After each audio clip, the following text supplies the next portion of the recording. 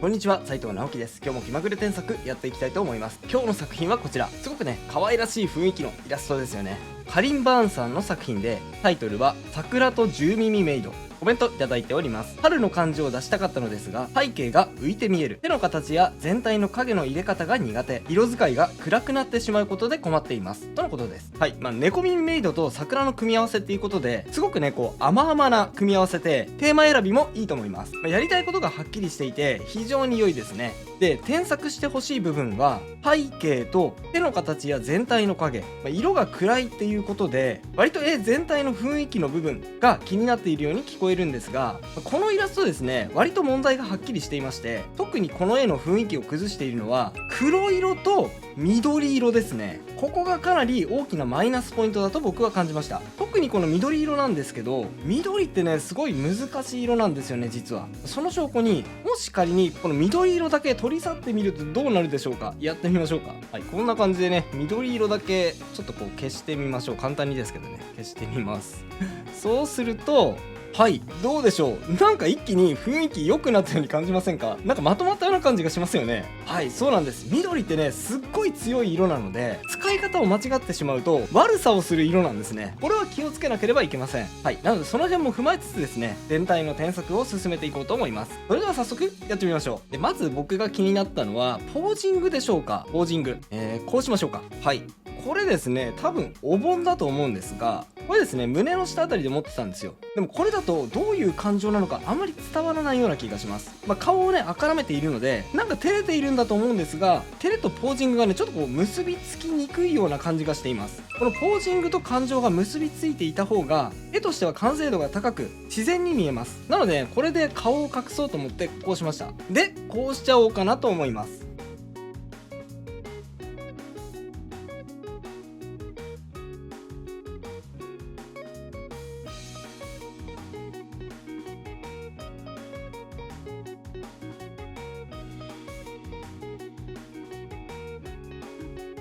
お盆をですね、餌皿にして、お腹が空いて恥ずかしそうに催促している感じですね。ご主人、お腹が空いてしまって、ご飯くださいにゃ。でね、照れながら要求している感じです。はい。でね、手が不自然なので調整していきましょう。こうです。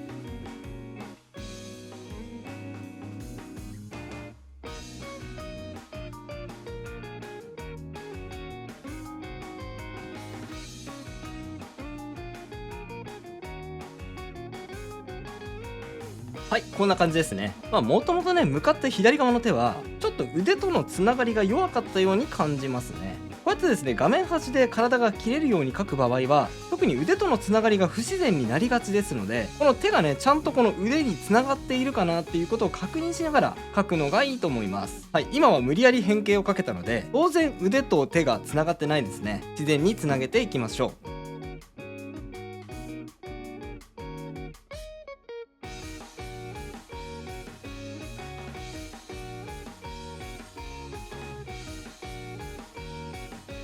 はい、こんな感じです。さあ、いかがでしょうか。さっきよりもポージングに納得感が生まれたような感じがしますよね。照れている理由もパッと見で分かりやすくなったのではないでしょうか。分かりやすさってね、絵の内容の受け取りやすさにつながると思うので、ここは結構大事ですね。さあ、別の場所も添削していきます。次は髪の毛ですね。このですね、ちょっと絵としては小さくまとまっている感じがしちゃうんですが、それは髪の毛の問題も大きいと思います。少し思い切ってこうしてもいいかもしれません。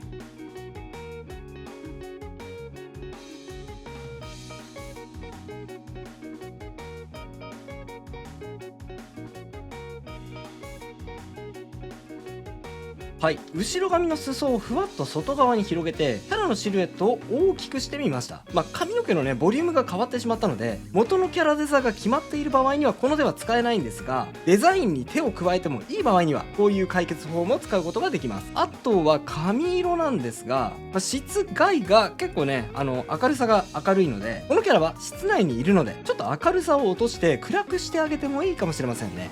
作者さん、色の暗さを気にしてたじゃん、明るくしてあげた方がいいんじゃないのって疑問に思った人もいるかもしれませんが、いえいえ、そう単純ではないんです。明るい印象を作り上げることと色を明るくするっていうことは必ずしもね、イコールではないんですね。その証拠をお見せしていきますね。まずは髪色を暗くしていきます。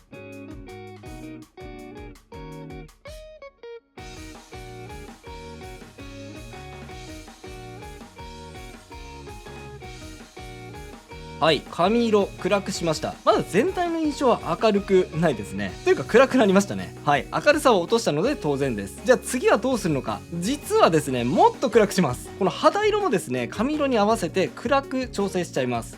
いきます。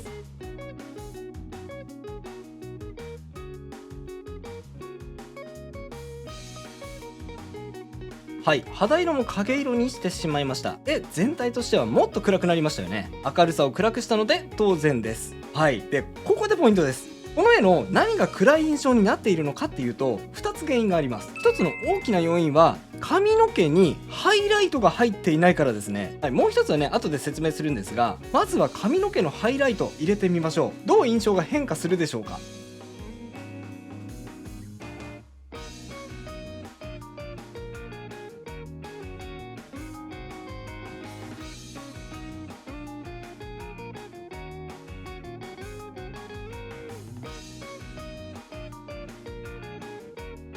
はい、髪の毛に白いハイライトを追加しました。どうでしょうか。見比べてみると髪色自体は暗く落としたはずなのに、ハイライトが入った瞬間パキッと明るい印象に変化したのがわかるんじゃないでしょうか。そうなんです。画面が暗い印象になるのは、絵にコントラスト、明るいくらいの幅が少なくてもやっとしてしまっている時にそう感じます。なんか雰囲気暗いなって思ったらですね、色全体を明るくするのもいいんですが、それよりも思い切ったハイライトを入れてコントラストをつけてあげること、これを意識してみてください。さて、白いハイライトだけだと髪が平面的に見えすぎてしまいます。もう少し微妙な変化もつけてあげましょう。まずはこうです。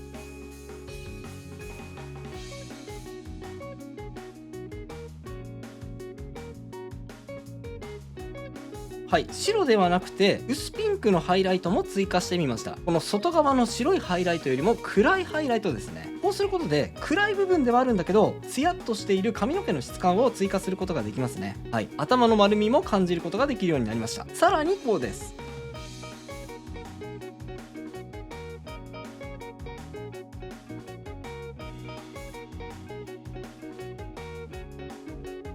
はい、この髪の毛の下の部分から当たるさらに弱い光、反射光ですね。上から来る光じゃなくて地面に反射して髪の毛がね、淡く明るくなっている部分を描き加えます。特にね、添削前は反射光が入っていませんでした。はい、反射光ね、特に意識されてませんよね。このね、反射光を入れることって別の言い方をすると色を持ち上げるなんていう言い方もします。暗い印象を持ち上げて絵を明るくする役割が反射光にはありますので、なんか雰囲気が暗くなったなと思ったら反射光を意識してみてください。暗い印象が改善すると思います。はい、プロのカメラマンとかがね、レフ板っていうものを使って光を反射してモデルさんの影の部分に光を当てるじゃないですか。あの役割なんですね。はい、それとここちょっと気になりますね。この耳毛の出方、これね、なんだろう、今の見え方的に壁の影から伸びてくるうにょうにょーっとした触手を連想してしまって、若干ゾワゾワっとくるものがありますので、もう少し大きな塊にしてあげてもいいかもしれませんね。やってみます。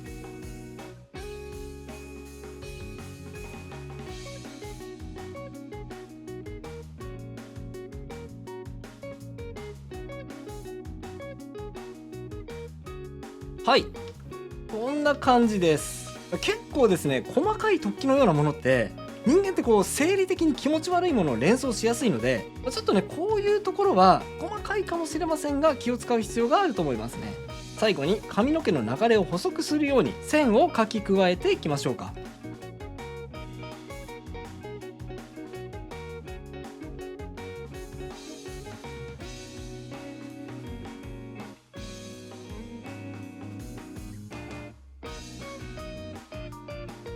はい、こんな感じです。髪の毛は一旦終了ですね。次は顔です。顔はですね、これかなりの人がこうなっているのでめちゃくちゃ注意が必要な部分なんですが、黒目がガチャ目になっている状態ですね。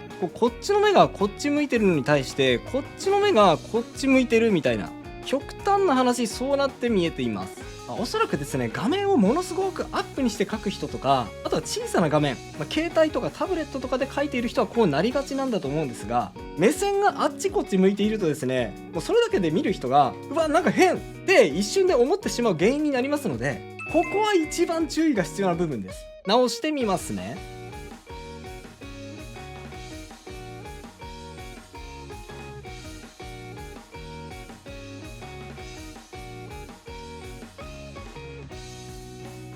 はい、こんな感じでしょうか。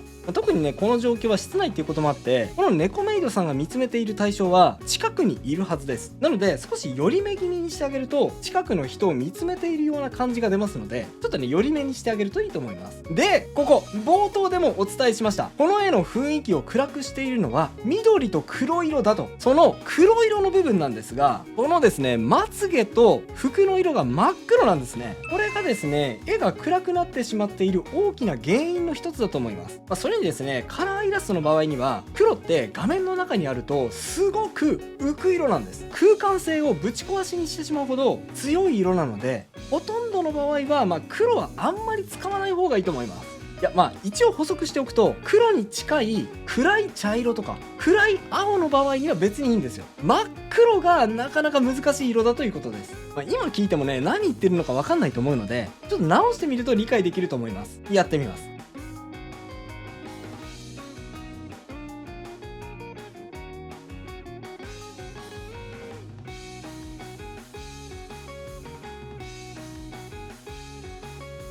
はい、まつげの黒を修正して少し絵に馴染むように明るく調整してみました。これね結果だけ見た人はここ何色っていう風に言われたら黒って答えると思うんですよ。でも今添削前から見ている人によってここが黒じゃないことはわかるじゃないですか。はい、黒じゃなくて濃い茶色なんですよね。でもっと細かく見ていったら、目頭の方はもう少し薄い肌色寄りの茶色ですし、目尻の方は赤に近いと思います。このように全く黒を使わない方が絵に圧倒的に馴染むんですね。黒を使うとどうしても黒が強すぎて、絵の前後関係とか他で使った色の響き合いをもう黒がね全部ぶち壊しにすることがあるので、黒を使っただけでちょっと台無しになってしまうことが多いです。ここはね注意してみてください。さあ目に手を入れたので、ついでに黒目の色とか、あとはハイライトも少し調整します。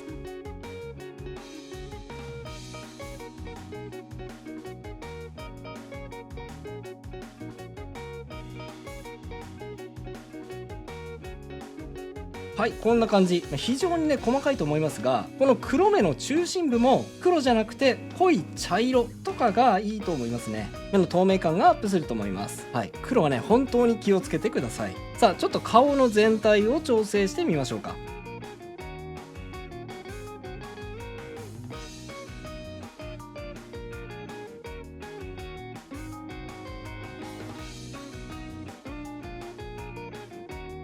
はい、こんな感じ。顔の部分は以上ですね。それと添削前にあったこの胸元の鈴とリボンなんですが、ポージングを変えたおかげで消えちゃって、これはこれで寂しいと思ったら別の場所にこれを持ってくるのもいいと思います。キャラデザがねあくまで自由が利く場合ですけどね、やってみます。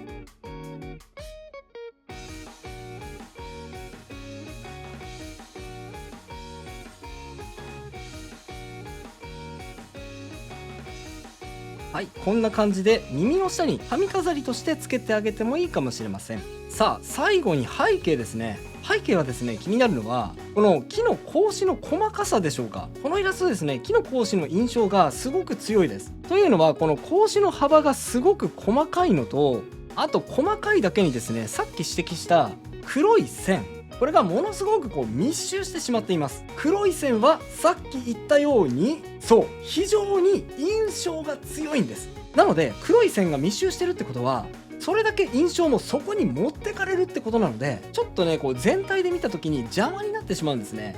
なので思い切ってこうしちゃいましょう。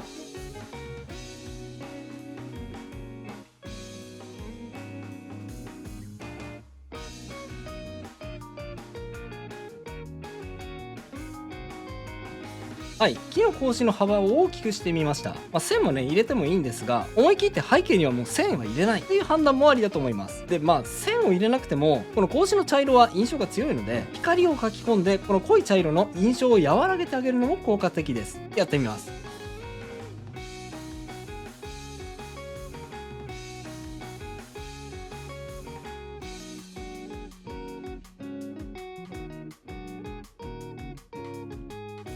はい、こんな感じ。こうすると格子に目線を邪魔されずに手前のキャラに目が行くようになりましたよね。で最後に最初に指摘した緑色なんですが、これそもそもですね、角度的に地面がそれほど見えなくても不自然だとは思わないので、全く緑を消してしまうのもありですし、残す場合も、ここまで真緑じゃなくてもいいと思います。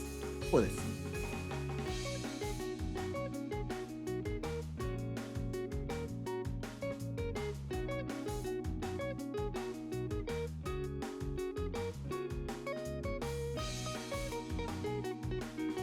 はい、桜の花をメインに持ってきつつ、基本的には水色の空が見えていて、緑色のグラデーションが入っていて、緑も感じることができる。このぐらいのバランスにした方が、うわ緑でね、緑に不必要に印象を持っていかれずに済むと思います。今回の添削は以上となります。並べて比べてみましょう。はい、右がビフォー、左がアフターです。こんな風に変化しました。いかがでしょうか。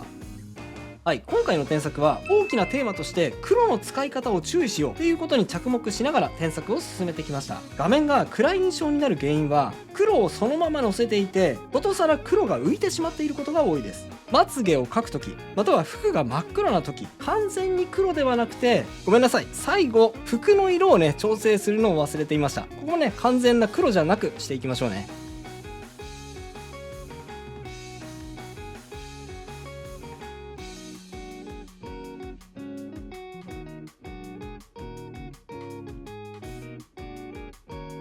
はい、今度こそ今回の添削は以上となります。最初と見比べると、はい、こんな感じですね。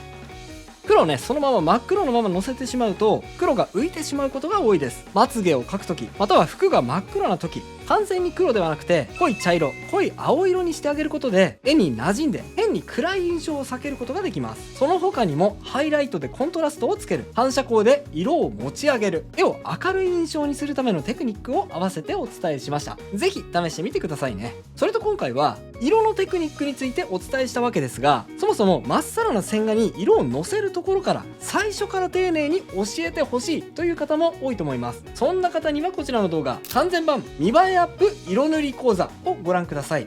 白黒の線画の状態から見栄えがする色をどうやって塗っていくことができるのか、テクニックを知っていただけると思います。それでは最後にあのコーナー、気まぐれあっち向いてほいのコーナーです。僕にあっち向いてほいを仕掛けてみてくださいね。いきますよ、準備はいいですか。気まぐれ気まぐれあっち向いてほい。それではまた次回の動画でお会いしましょう。バイバイ。